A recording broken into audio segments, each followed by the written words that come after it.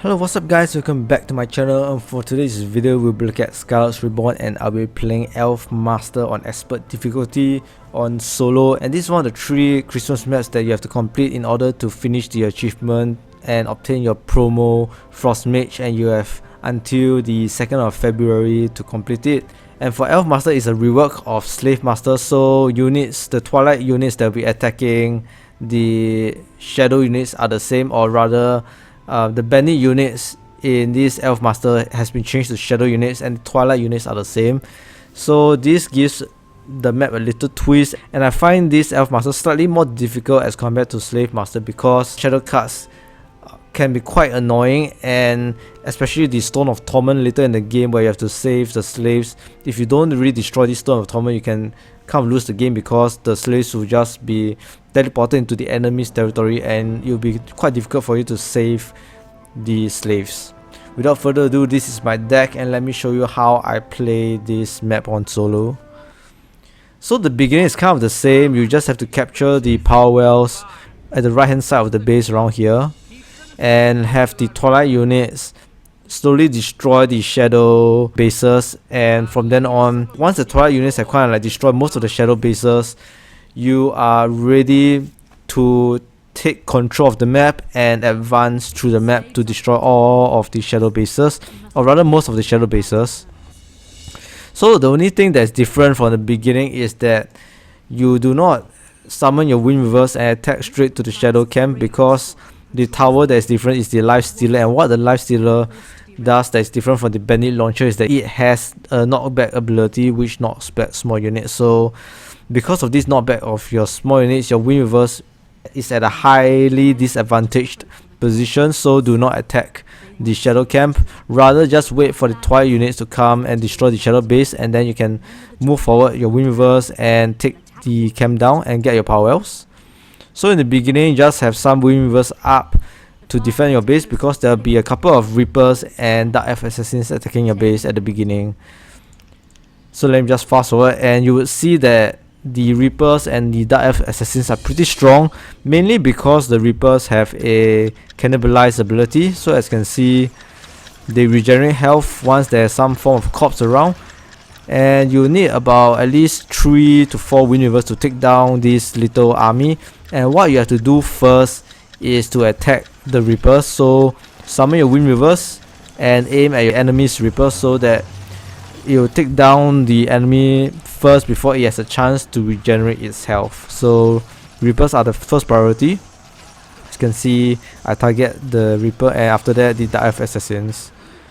So once the enemy army is killed, you probably won't really encounter any more attacks on your base, because the Twilight units will probably destroy spawning camps or help you kill off the spawning units that will attack your base. So from now on until about 15 minutes later, you would just watch the Twilight units destroy the shadow base. Of course, once this area is destroyed, send your Wind Weavers up to capture this area.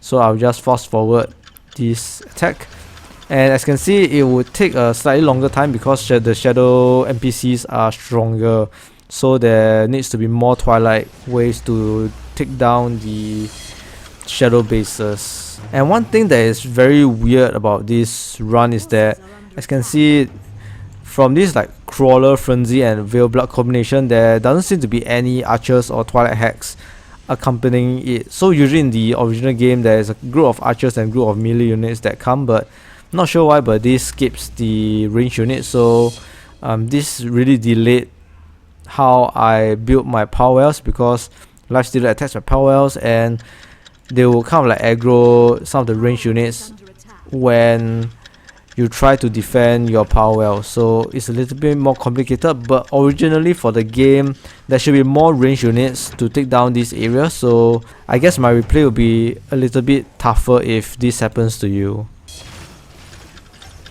So I didn't show you how I destroyed this camp, and how I did it was basically to have the Wind Weavers run up here, and the trick over here is to have your Wind Weavers attack. But before it goes any deeper, you have to hold your Wind Weavers position by clicking this button. Click F to hold.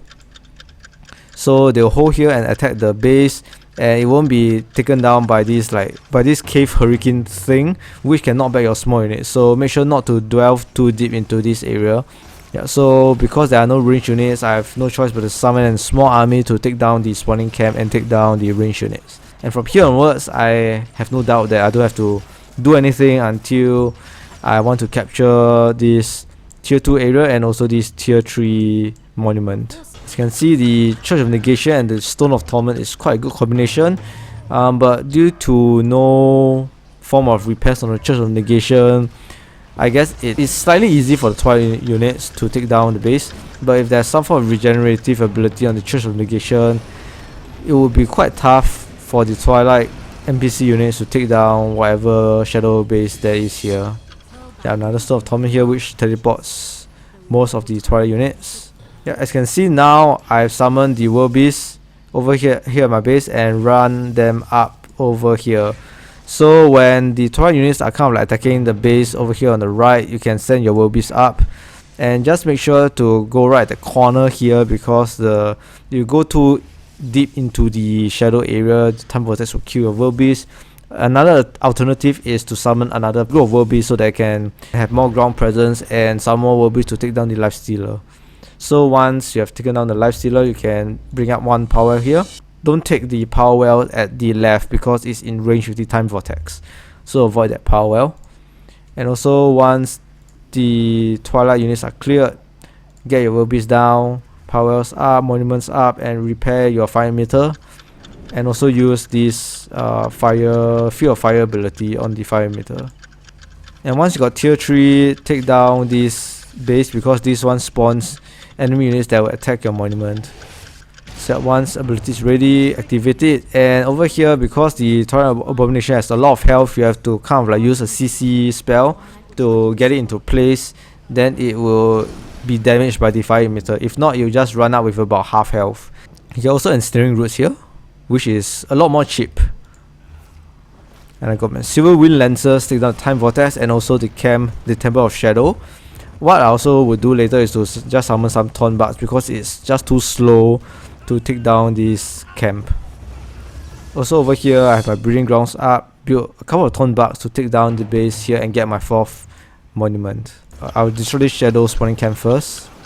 Yep, taking too long. Thorn Bugs. So I'll be summoning about 7 Thorn Bugs right here.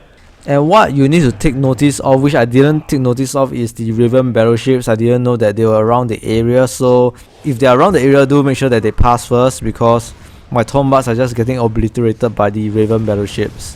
So that's a very big mistake on my part. If the battleships are not here, I just need all these Thorn Bugs to destroy the base and get my tier 4. But because of these battleships, I have to summon a second set of Spike Roots to take down the Shadow Camp. So that probably like took about 3 minutes longer than it should. While at the bottom here, make sure your construction hard and prepare for any base defenses, because after a while there will be a Twilight Manifestation base that will spawn at the portal, which spawns a lot of strong land and air units. So make sure to prepare for that over time. Yep, Spike Roots up, and I got my 4th monument. Yep, take down the base.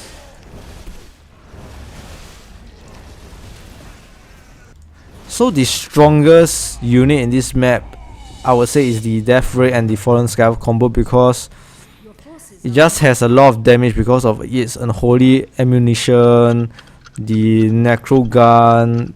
It's something like a Lost Spirit Ship plus all these like corpse gathering ability, which makes it do more damage for the Death Ray. So it's pretty crazy. Make sure to avoid the Death Ray at all costs, or just have some CC spells ready to hit the Death Ray so that it doesn't attack your unit straight on. You can see there's a Death Ray unit coming, and I'll just show you how strong the Death Rays are. When I saw the Death Ray, I have to retreat. You can see its side cannons attacking it slowly, or rather leech guns, but this attacks the enemy instead of your friendly unit. Yeah, when Moon says something powerful is manifesting, it means that the manifestation spawning camp is coming up soon, and you have to get up your defenses really quick. So my defenses over here is that I'll have a Sylvan Gate, the Red Affinity to buff up my root network, a couple of Living Towers over here, at least 5 of them, 5 to 6, for a strong root network to buff up my Razor Leaf, And I got my Green Affinity Root Nexus and the Healing Gardens to make sure that my Razor Leaf is kind of like immortal.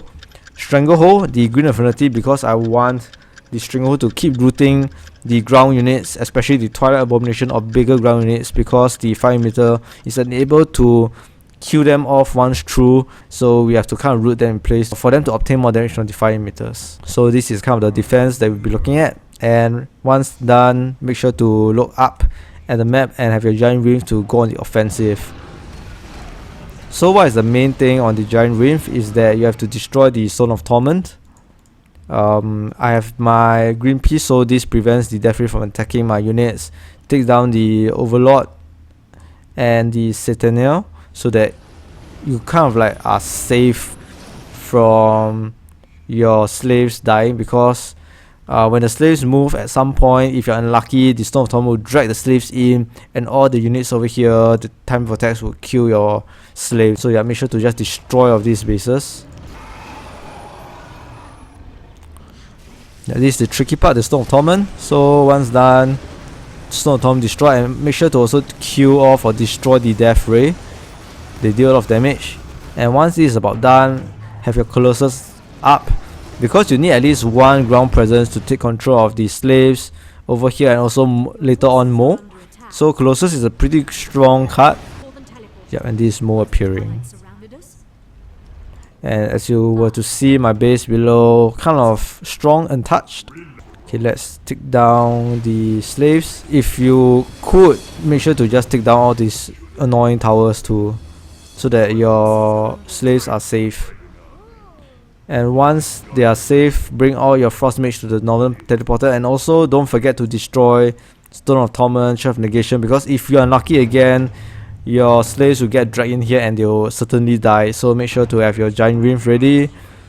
Take down Stone of Torment, and they can just slowly disintegrate because no issues. The Church of Negation doesn't have the building's health to take down my Giant Reef, as long as they are about close to full health.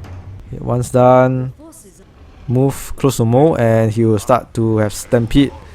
Green Piece again to prevent units from attacking. Healing Gardens ability, which grants me 100% more health from its regenerative spells and abilities. Yep, so just take down the Stone of Torments and free the slaves. You can do this as Mo is killing off the Slave Master. Yep, it's a very simple game. And sometimes the Stranglehold will get destroyed, so you can summon or build back the Stranglehold once in a while. And I have 2 Razor Leaf to buff up my defenses, because after a certain time period, the Twilight Manifestation base starts spawning the Twilight Dragons, a lot of the Twilight Abominations, and you want to have like 2 Razor Leaf and more Living Towers to defend your base. And yeah, now it's pretty easy once your slaves are saved. Yeah, bring them up to the portal and bring Mo back to the portal, run back through the area and don't go by the south. Have your Giant Reef destroy all the Raven battleships so that they won't use their big ass cannon to kill off your slave. And once done, you only have Ravenheart, which isn't an issue because it doesn't do a lot of damage at all. So this is how I win Elfmaster on Expert difficulty solo. Similar strategy to the Slave Master, and I hope you guys enjoy this video and complete the Christmas achievement of getting a Promo Frost Mage. If you like my video, don't forget to hit the subscribe button, and I'll see you guys again real soon for my next video, and I hope to have my Naughty Harvest ready by then. And I'll see you guys again real soon.